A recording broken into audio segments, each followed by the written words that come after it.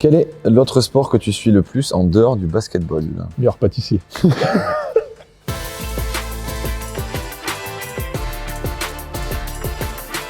Bienvenue au Palais des Sports Marcel Cerdan. Nous sommes en présence de Maxime Ross qui a été élu DLS 6e homme du mois de décembre. Que penses-tu de ton mois de décembre en prenant compte du contexte? On a eu la chance de jouer beaucoup de matchs. Donc bon mois de décembre malgré le Covid, malgré le sans public. Collectivement, on a fait ce qu'on avait à faire pour finir la saison. On a été très contents de lui. Là Maxime, j'ai préparé 10 actions de ta highlight sur le mois de décembre. Ça m'a pris à peu près 2-3 jours. Donc j'espère que ça te plaira. Donc là Maxime, on est sur le match contre Pau, où je pense que tu fais ton plus gros match de la saison, où dans le 4e quart-temps, tu fais l'écart à toi tout seul et tu totalises, je crois, 5-3 points sur le match. Non, c'est bien, c'était un bon match, c'était un match attendu, on n'avait pas joué depuis longtemps, en plus on le savait, donc on était attendu sur le match-là. Après, ouais, j'ai été vachement droit sur le match, je vais pas mentir, hein, voilà. Ça fait partie des matchs que toi-même tu connais. Quand le cercle, c'est une bassine, oui. Donc bon match. Et ça nous a fait énormément de bien. Ça nous a fait du bien. Ouais. Donc là Maxime, on revient sur Pau, un dunk en contre-attaque, si mes souvenirs sont bons, tu viens juste de rater. Comment expliques-tu une détente aussi rapide à froid?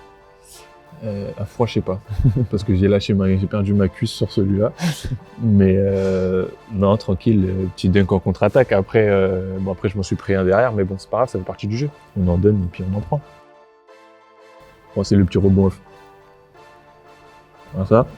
Il faut rebond off, spin the balls. On va pas le commenter, il est dehors tous les jours de 8 km. Attends, non. Tous les jours, regarde. Attends, regarde. Ouais, mais il faut avoir les deux pieds dedans. Bah oui et non.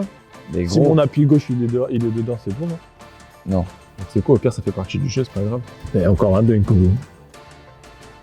Voilà, ça. C'est la cut sur Peacock. Allez hop, BF. Encore un moment clutch. Je dirais même homme clutch DLS 6e homme du mois de décembre. Et ouais, bon match aussi contre Bourg. Bon, après les dunks, voilà, j'aime bien faire ça, mais bon, c'est vrai que sur l'attaque placée, c'est un peu difficile. Mais là, j'avais l'avantage, on va dire, de vitesse. Donc là, Maxime, on est sur ton match contre Bourg, toujours. Après ton dunk, on revient sur ta petite prise de chaleur à 3 points, où tu nous en mets 4 en très peu de temps. Donc, qu'est-ce que tu en penses de ces petites actions? Non, j'étais bien. En plus, après, c'était le match juste après Pau, donc j'étais encore sur ma lancée, on va dire, de confiance, excès de confiance. Là, on le voit sur celui-là, j'ai une rentrée après un temps mort que le coach avait annoncé. Je suis sorti, je crois, direct après, en plus.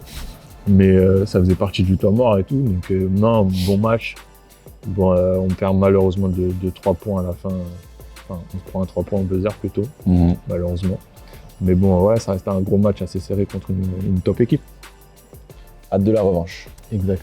Donc là, Maxime, on est au Mans, notre dernier match avant la trêve de Noël. Tu nous fais une très jolie interception qui est, encore une fois, on peut voir le score, importante et qui se termine par un super dunk de ta part. Super dunk, parti là, pour claquer ça et louper la balle en l'air. Je dirais que moi je dunk comme ça, mais toi tu ne dunkes pas comme ça normalement. Non. Maxime, pour finir cette petite interview, je dois avoir 6-7 questions à te poser.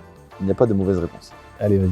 Quel est selon toi un bon 6e homme? C'est un joueur qui permet de soit continuer dans le mouvement de l'équipe, c'est-à-dire sur un bon début de match, ou justement changer la vapeur quand on commence moins bien le match. C'est un peu le facteur X. Question suivante, quel est ton plus beau souvenir sportif? Je dirais ma première année pro, donc ici à Levallois, parce que j'ai eu la chance de jouer avec Flo Pietrus et Boris Dio, quelque chose que je pensais pas pouvoir faire étant jeune, petit devant la télé. Donc voilà.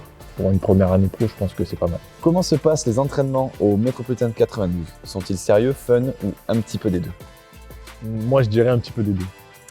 Je suis d'accord. On arrive à rigoler, mais on sait qu'il faut être sérieux. Faut pas trop rigoler. Voilà.